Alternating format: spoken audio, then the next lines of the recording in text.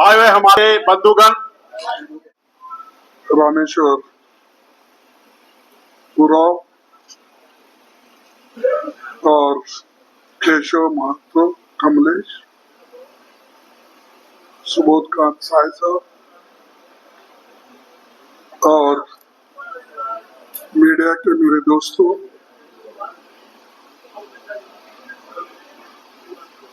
आज मैं आपसे मुलाकात करके चार शब्द कुछ चुनाव के बारे में कहना चाहता हूं। और अब तक तो मैंने बहुत से सीटों पे घूमा हूं, महाराष्ट्र और हमारे झारखंड, दोनों वायनाड तो हो गया ना, तो मुझे ये ऐसा लग रहा है कि यहाँ पर तो 23 सीटों पे अब चुनाव हो चुका है। 43 सॉरी 43 को क्या बोलते हैं, 43 सीटों पर हुए मतदान से स्पष्ट हो रहा है कि झारखंड में दोबारा इंडिया गठबंधन की सरकार बनने जा रही है। और मैं खासकर महिला मतदारों को बधाई देता हूं और धन्यवाद देता हूं कि जिन्होंने पुरुषों से भी बढ़ चढ़कर मतदान किया, और खासकर जो गठबंधन का एक योजना है, मैया सम्मान योजना, इसके प्रति महिलाओं में काफी उत्साह दिखा। दिसंबर महीने से हम 1000 रुपए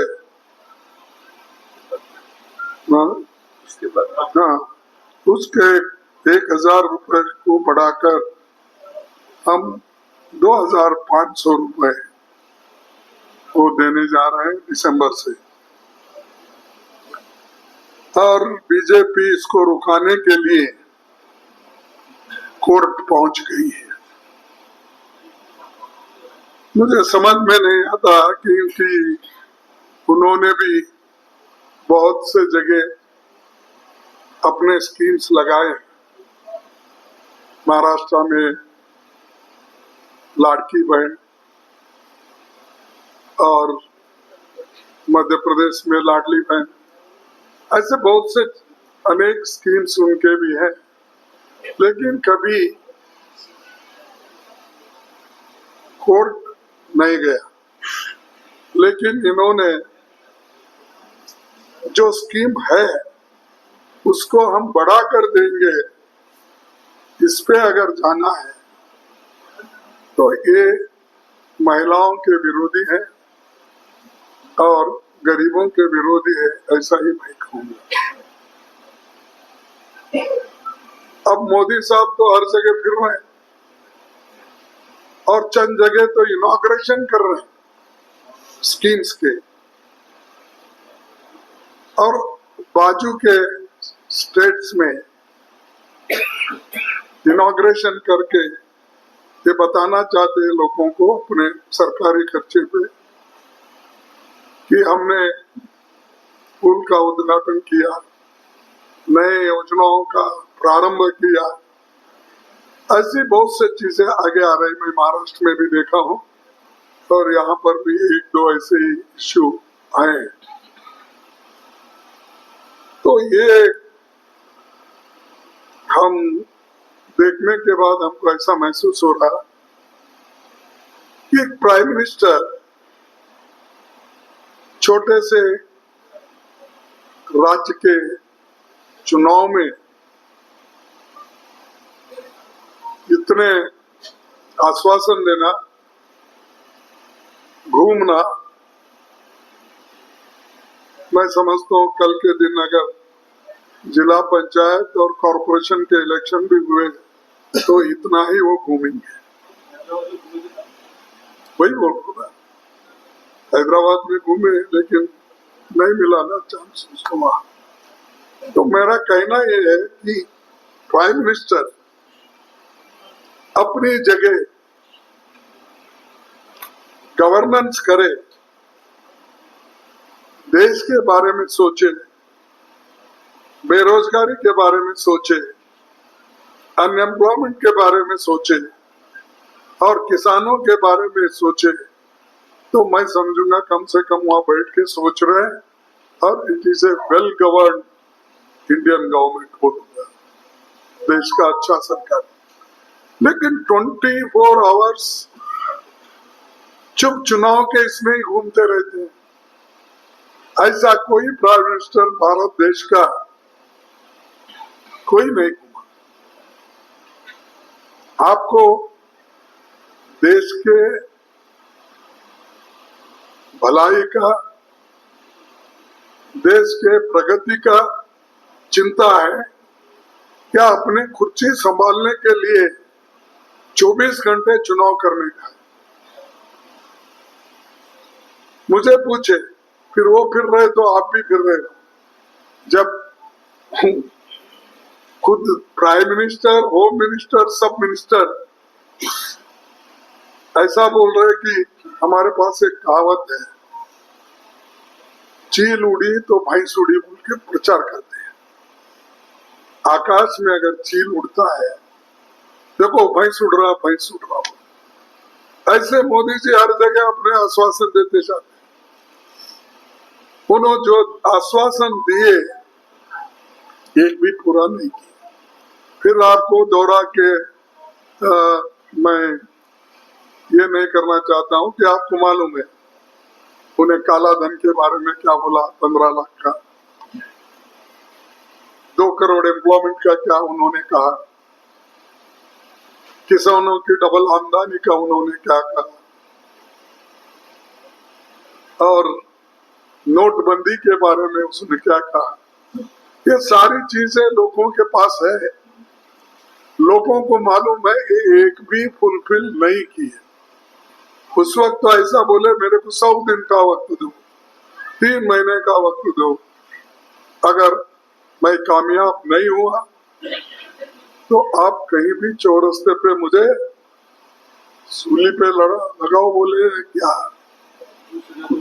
तो भी को सजा देंगे वो लूंगा बोले। तो एक प्राइम मिनिस्टर हो के इतने अपनी बात को गंभीरता से रखना चाहिए। मनमोहन सिंह जी जब कर्जा माफ की बात आई थी, उन्होंने खुद सोच विचार करके यूपीए गवर्नमेंट में कर्जा माफ कर दिया, 72,000 करोड़ दे दिया। सोनिया गांधी जी और मनमोहन सिंह ने सोचकर नरेगा योजना लाई। उन्होंने फूड सिक्योरिटी एक्ट लाया, बगैर वायदा किए इलेक्शन में। ये स्कीम्स उन्होंने गरीबों के लिए लागू किए, बच्चों के लिए पढ़ाई के लिए मुफ्त शिक्षण का, और हेल्थ मिशन का एक नए अनोखो उन्होंने किए। जवाहरलाल नेहरू से अगर आप देखेंगे ना, जवाहरलाल नेहरू जी कभी भी मैं ये करने जा रहा हूँ, वो करने जा रहा हूँ बोले ही नहीं। चाहे डैम्स हो, अब कितने पहले के तो बड़े बड़े डैम, बाकरा नांगल जैसे डैम बने, दामोदर वैली जैसे डैम बने, और यहाँ पर भी अपने बंगाल और आपसे जुड़ा हुआ है दामोदर, हाँ हीराकुंड, तो इतने बड़े बड़े डैम करने के बावजूद वो कभी क्रेडिट लेने की कोशिश नहीं की। इन्होंने बुलेट ट्रेन का ऐसा बोला कि जैसा कि वो बुलेट ट्रेन आए तो सब कुछ देश की भलाई।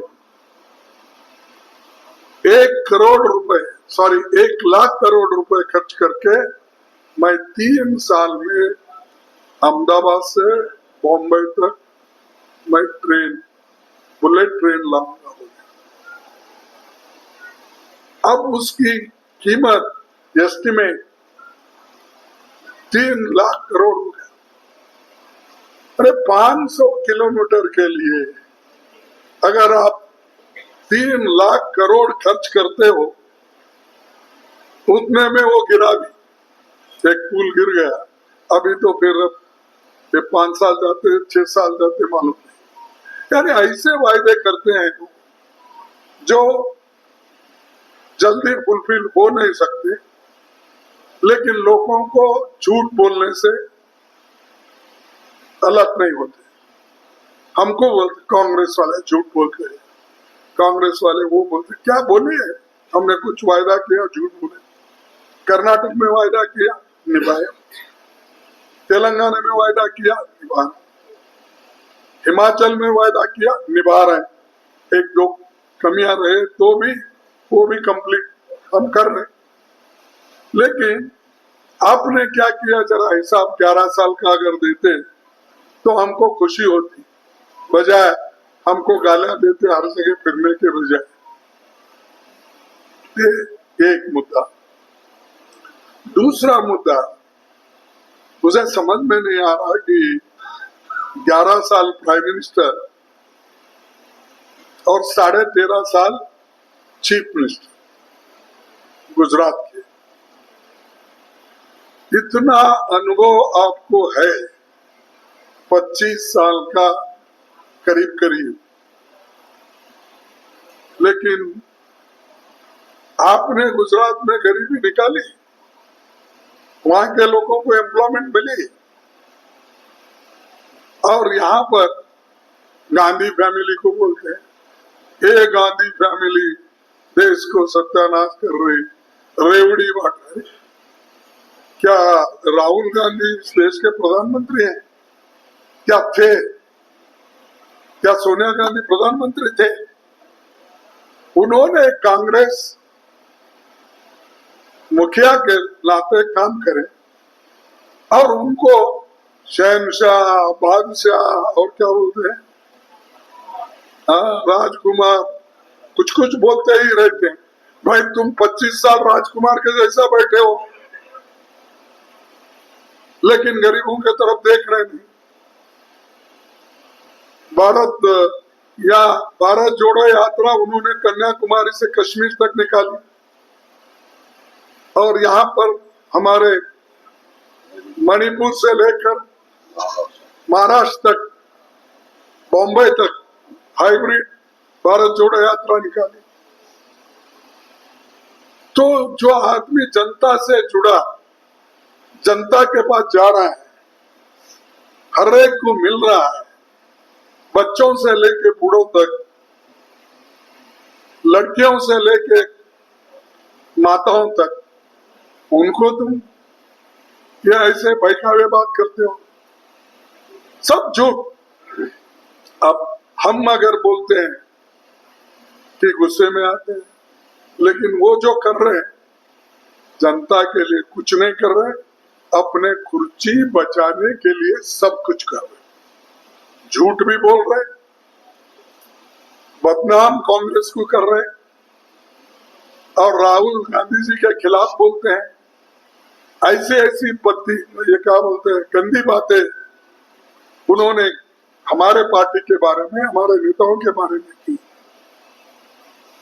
लेकिन हम एक प्राइम मिनिस्टर की इज्जत करते हैं, लेकिन जब वो बोलते हैं, नेचुरली हमको भी कुछ बोलना पड़ता है। जब आप आकाश को थूकते हो ऊपर, तो आपके ऊपर भी वो गिरेगा। तो ये काम वो कर रहे हैं, और झूठ प्रचार करने की उनकी आदत है, और यहाँ पर काम हुआ है। 1,75,000 किसानों को कृषि ऋण माफी योजना के तहत 2 लाख रुपए तक का लोन माफ हुआ है। और जिन किसानों के 50,000 रुपए तक ऋण था, ऐसे 3 लाख किसानों को ऋण माफ किया। ये सब रिकॉर्ड पे है। और पेंशन 50 वर्ष से अधिक हर एक महिला तथा पुरुष को 1,000 रुपए हर महीने दिया जा रहा है। ये अब जो दिया जा रहा है उसके बारे में हमने कहा। कुछ महत्वपूर्ण निर्णय हमारी सरकार ली, लेकिन उसको अमल में लाने नहीं दिया मोदी सरकार ने।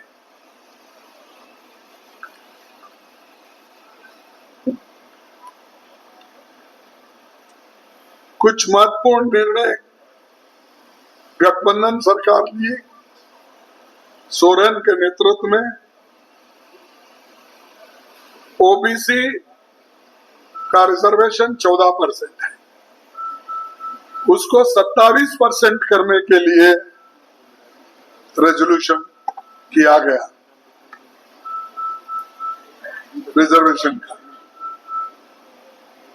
दलितों के लिए 10 से 12% का रेजोल्यूशन हुआ।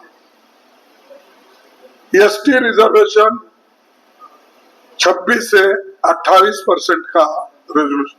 ये रेजोल्यूशन असेंबली में पास हुआ और पास होकर गवर्नर को भेजा गया, लेकिन उसके ऊपर गवर्नर साहब हो और ऊपर के लोग, जब कभी हमारे हेमंत सोरेन जाते हैं, जब मिलते हैं तब इसका जिक्र राइटिंग में भेजा जाता है, तो भी इसके ऊपर मोदी जी निगाह नहीं कर रहे। कि मैं क्या कहूँ, बैकवर्ड की बात करते हैं, दलितों की बात करते हैं, एसटी की बात करते हैं, महिला की बात, सबकी बात करते हैं, लेकिन काम कुछ नहीं करते। ये मेरा उनके ऊपर डायरेक्ट, मैं उनसे एलिगेशन करता हूँ, डायरेक्टली कहता हूँ। और हमारे मैनिफेस्टो में क्या है तो देखना चाहिए, आपको तो मालूम है। फिर मैं चंद चीजें मैं बाद में वो बताऊंगा जो हमारे मैनिफेस्टो के एक मेन मुद्दे। अच्छा, पहले तो मैं महंगाई का मुद्दा लूंगा, जिसमें मोदी जी महंगाई के बारे में सोचते नहीं। आज पेट्रोल, डीजल और गैस सिलेंडर, ये आम वस्तुएं जो इस्तेमाल करते हैं हमारे लोग, गरीब लोग, इनके सब भाव बढ़ गए। पेट्रोल छोड़िए, लेकिन गैस और डीजल ये तो किसान के लिए अवश्य है। ये सारी चीजें, अब मैं ये भी कहूंगा कि एसेंशियल कमोडिटीज के कीमतें 14 महीने में सबसे अधिक महंगाई हुआ है।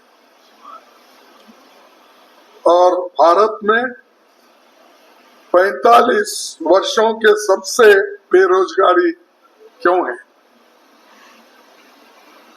और रुपए डॉलर की अगर हम कंपेयर करें, हमारे जमाने में 2014 में 60 रुपए था एक डॉलर के मुकाबले में, रुपए 60। अब डॉलर के मुकाबले में 84 रुपए हो गए, तो कम से कम 24 रुपए बढ़ गए। हालांकि इंटरनेशनल मार्केट में क्रूड ऑयल की दाम कम है अगर कंपेयर करें यूपीए के गवर्नमेंट, फिर भी मोदी साहब ये लोगों के ऊपर भार बना के रखे हैं। ये वजन लोग ढो रहे हैं, वो नहीं। वो सिर्फ भाइयों और बहनों के साथ भाषण में डूबे। हमारी सरकार अब बनने जा रही है दोबारा, तो हम अपनी 7 गारंटी देंगे, जैसा हम कर्नाटक में दिए, तेलंगाना में दिए, हिमाचल में दिए, अब महाराष्ट्र में भी हम अपने गारंटीज दिए हैं 5, वैसा ही यहाँ पर देंगे। पहला है मैया सम्मान योजना, जो 1000 रुपए है, अब 2500 रुपए हम दे रहे हैं और दिसंबर से लागू होगा। एक व्यक्ति को 5 किलो के बजाय 7 किलो धान राशन दिया जाएगा। तीसरा, हर गरीब परिवार के 450 रुपए में गैस सिलेंडर मिलेगा और 15 लाख रुपए तक पारिवारिक स्वास्थ्य बीमा देंगे। किसान को धान का एमएसपी 2400 रुपए की जगह 3200 रुपए प्रति क्विंटल मिलेगा। भाजपा के पास कोई स्लोगन नहीं, कोई कार्यक्रम नहीं, सिर्फ भाषण करने का है और खास करके ऐसे स्लोगन वो देते हैं जैसा कि बांटने काटने की बात करते हैं। भाई बांटना किसको? बटेंगे तो कटेंगे, कौन बटेंगे, किसको काटेंगे? आप थोड़ा समझ लो, आप हिंदुस्तान के प्राइम मिनिस्टर हो और दूसरे आपके दोस्त यूपी के चीफ मिनिस्टर है, और एक बोलते हैं बटेंगे तो कटेंगे, दूसरे बोलते हैं कि एक है तो सेफ है। कौन सा सेफ? हिमालय सेफ? और किसी कहा आप लोग ने हुआ था ना कश्मीर की सेफ, कौन सा सेफ है मुझे मालूम नहीं। बोलने का वक्त क्यों आया, क्या कारण है? तो पोलराइज करने के लिए आप लोगों ने ये स्लोगन उठाया है। लोग उतने बेवकूफ नहीं है, समझते हैं किनको बोल रहे हैं, किस तरीके से बोल रहे हैं, क्यों बोल रहे हैं, ये सब मालूम होता। लेकिन मोदी साहब कभी इसको खंडन नहीं करे, और ये तो अपमान है लोगों का। और वहां से आके यहाँ बोलने की जरूरत नहीं, वो भी एक स्टेट के चीफ मिनिस्टर है, और मोदी साहब को तो कोई जरूरत ही नहीं, देश के प्रधानमंत्री है। जो बात यहाँ कहना चाहिए, आपने झारखंड को जीएसटी में कितना पैसा दिया, आपको ये कहना चाहिए कोयले का जो इनको क्या कहेंगे आप, रॉयल्टी 1,36,000 करोड़ देना है, वो क्यों नहीं दिए, उसके बारे में बोलो। अब वो आप बोल रहे हैं प्रधानमंत्री हाउसिंग स्कीम, अरे वो खुद ही बोलते हैं मैंने प्रधानमंत्री आवास योजना को यहाँ पर लागू ही नहीं किया। कौन चीफ मिनिस्टर अगर सेंट्रल गवर्नमेंट पैसा देता है तो ना बोलता है? इन्होंने नहीं दिया, इसलिए नहीं दिया, इस चीफ मिनिस्टर को नीचे दिखाने के लिए, यहाँ गरीब रहते हैं, आदिवासी रहते हैं, उनको ये आवास योजना से दूर रखने के लिए लोग, ताकि चिढ़ जाए लोकल गवर्नमेंट में, वो उनको ब्लेम करे। कभी आके रिव्यू किया आप? इतने मीटिंग आप कर रहे हैं, विदेश में इतने फेरे लगाते हो, कभी फेरे देश का लगा के क्या देश में हो रहा है कभी आप रिव्यू किए? या तुम्हारे स्कीम के तो, तुम्हारी योजना का तो, तुम जो दिए हुए पैसा है, जो नहीं दिए हुए पैसा है, करे? नहीं, सिर्फ गालियां देने का एक काम उनका है और एक भी पॉजिटिव वर्क और मुद्दों पर वो कभी नहीं बोलते, भटकाने की बात करते हैं। पहले बोलते थे भटकना, लटकना, झटकना, पटकना, लेकिन अब किधर गया? जो मिलना है आज को वो भी नहीं मिल रहा, कोई पूछने वाला नहीं। तो दोस्तों, ये मैं आपके सामने रखने के लिए आपको तकलीफ दी, इसीलिए मैं क्षमा चाहता हूँ, क्योंकि मुझे भी फिर अब नागपुर जाना है, वहां से फिर सुबह और एक 3 कार्यक्रम है, चौथा कार्यक्रम करके सांगली से उधर मैं जाने वाला हूँ। आपसे मुलाकात हो गई, आप सबको धन्यवाद, नमस्कार। आरक्षण देना चाहती है और यही कारण है कि घुसपैठियों की भी वो मदद करना चाहती है। मीर साहब के बयान को भी उन्होंने कोट किया है। देखिए,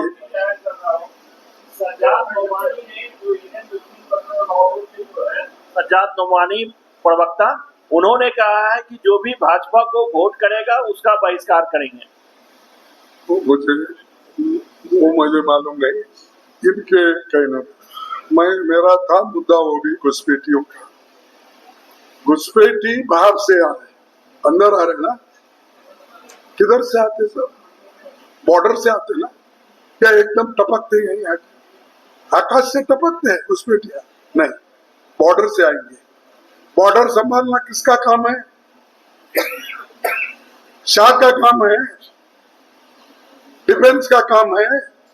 अरे तुम्हारा काम छोड़ के वहां रोने का, करने का काम छोड़ के यहाँ इनके पास रोए तो क्या होता है? और आपका काम होता है, होम मिनिस्टर आप हो, प्राइम मिनिस्टर आप हो, देश की सुरक्षा आपके हाथ में है। वो सुरक्षा घुसपैठियों को अंदर नहीं आने देना, यह आपका काम है। वो रोते रोते हमारे सामने क्यों बोल रहे हैं? क्या हम प्रधानमंत्री है? अरे हम कैबिनेट मिनिस्टर दर्जे के लोग होते हुए भी मेरे को और राहुल गांधी जी को आपने रुकाते हो। मेरे को 20 मिनट रुका है, क्यों बोले तो मोदी जी की फ्लाइट आ रही थी। अरे मैं तो जा रहा था, अमित शाह की फ्लाइट, सॉरी अमित शाह की फ्लाइट, मैं तो निकला था। बाप बेचारे को बोले कि नीचे रखो, अभी मोदी शाह साहब आ रहे, ऊपर है। अब वो उनको भी कैबिनेट दर्जा है, मेरे को कैबिनेट दर्जा है और राहुल जी को कैबिनेट दर्जा। आप हमको रोक सकते हो? यहाँ तक कि वहां पर अपने देवघर में, एयरपोर्ट में, वो वीआईपी लॉन्च को भी लॉक करके रखे, दूसरे कोई नहीं जाना। यानी बाथरूम को भी अगर आप लॉक रख लेके जाते हो तो क्या देश में आप डेमोक्रेसी और समानता लाते हो?